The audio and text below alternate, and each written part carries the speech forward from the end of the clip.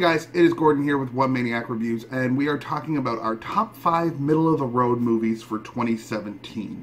These are the movies that weren't good, they weren't bad, they just kind of really went nowhere. Now, I know what you're thinking. 2017 was really kind of a meh year for movies, so I can put a lot of movies on this list, but these are just my 5 personal, didn't really go anywhere movies. So, let's kick it off in our number 5 position, and we are looking at Kong Skull Island. Now, this is the second one within the Godzilla vs. Kong series, and it stars Samuel L. Jackson. It's got Tom Hiddleston, John C. Reilly, and a whole slew of other people. There were so many people within this movie that you knew that like 90% of them were going to get killed off. And it really just didn't go anywhere. It wasn't that good of a movie. It wasn't that bad of a movie. It was just kind of there. It was 2 hours of my life that I didn't hate myself for watching it, but, I mean, didn't super enjoy it. But, I mean, with the storyline of Samuel L. Jackson just hating Kong and wanting to kill him, and John C. Reilly's character being trapped on the island since the Second World War, and then everybody having to get over, and Tom Hiddleston falling in love with the other girl and the Chinese actress that didn't even have any lines just so that they could produce this in China. It's just a meh movie. In the number 4 position, we have Logan Lucky. Now, this wasn't a good movie, this wasn't a bad movie. It was kind of miscast. Its story was a little convoluted. It was one of 3 movies this year that used John Denver's Country Roads within it. And that was due to the fact that at the Country Music Awards, they did a blending of Country Roads, I Will Always Love You, and On the Road Again. And it became such a big thing because those are 3 really good country songs. And so in this one, we had Channing Tatum, we had Adam Driver, we had Daniel Craig, and we had Hilary Swank. Now, Hilary Swank's character was in this for so little, it literally could have been cast to anyone. They could have taken any sort of little upcoming actress and given that role to her. And then once again, with Daniel Craig's character, using such a big actor in such a little role, I mean, it was more one of those ones that you could have given to literally anyone just to kind of give their career that little bit of a bump. Use it for some up-and-coming actor, not such a big actor as Daniel Craig, who you have to pay millions of dollars. But Adam Driver's character, although he played the part very well, it didn't really seem to fit within the storyline. It's just like his character was there just to be there. And Channing Tatum, I mean, as well as he did within this movie, his character's methods were, I'm stealing so that I can have a better life, so that I can have my daughter with me because my ex-wife's husband is super rich. And so in this movie, they steal from the Charlotte Motor Speedway. And for a heist movie, it was okay. For the casting in it, it had its problems. This is not one of those movies that I saw this year and went, oh my god, I need to see this again and again and again. It was just a kind of, okay, that was nice, and I moved on.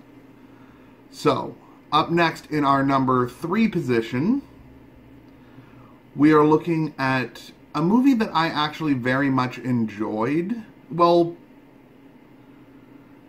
I did enjoy it, but it wasn't super good. And we're talking about Going in Style. This is the Michael Caine and Morgan Freeman heist movie. They are in their 70s to 80s, and they are on their pension, and the company that they were working for cuts off the pensions, so they decided to rob a bank to cover what was left within their pension. And the storyline within it was just kind of very middle of the road, and the way that it was handled was all just kind of middle of the road. I mean, Morgan Freeman was great within it. Michael Caine was great within it. I was happy to see the two of them acting together, because the last movie that they were in together was the Batman Dark Knight series, and they never got to interact. And so to see these two big actors in a movie together was very nice, but it's just the movie itself fell flat. And up next is another one that kind of was heavily anticipated, but didn't live up to its potential. Power Rangers. Now, once again, as I'm saying, I did enjoy this, but that was just due to the nostalgia factor. I've watched it one more time since then, and it is just a very middle-of-the-road movie. It's got its catchy little one-liners, it's got its funny little bits to it, but it could have been so much more, and it fell flat. And so it didn't do well enough at the box office. It's on Netflix now if you want to check it out. If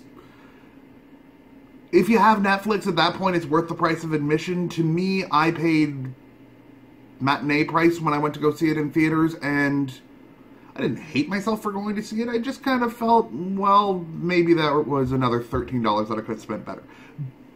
But if you want to watch it, it is on Netflix right now. Give it a look. It's not a horrible movie. Which brings us to our number one. Now, this movie had a lot of potential. It had two of my favorite actors in it, which is Ryan Reynolds and Samuel L. Jackson. And by saying that, you know as well as I do that I'm talking about The Hitman's Bodyguard.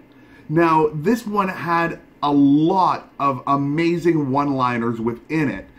It had a lot of amazing interactions between Samuel L. Jackson and Ryan Reynolds.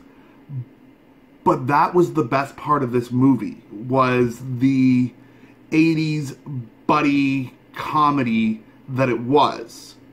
The rest of the storyline could have fallen away, and we could have just had these two in a car, and it would have been a much better movie, because all I cared about was seeing Ryan Reynolds and Samuel L. Jackson. Everything else could have just gone to the wayside, and that's why this one gets our number one position, because of the fact that it could have been so much better. It is pushing up against the glass of a good movie, but just because of two actors being funny together does not make a good movie, and that's what made this fall into a middle-of-the-road movie.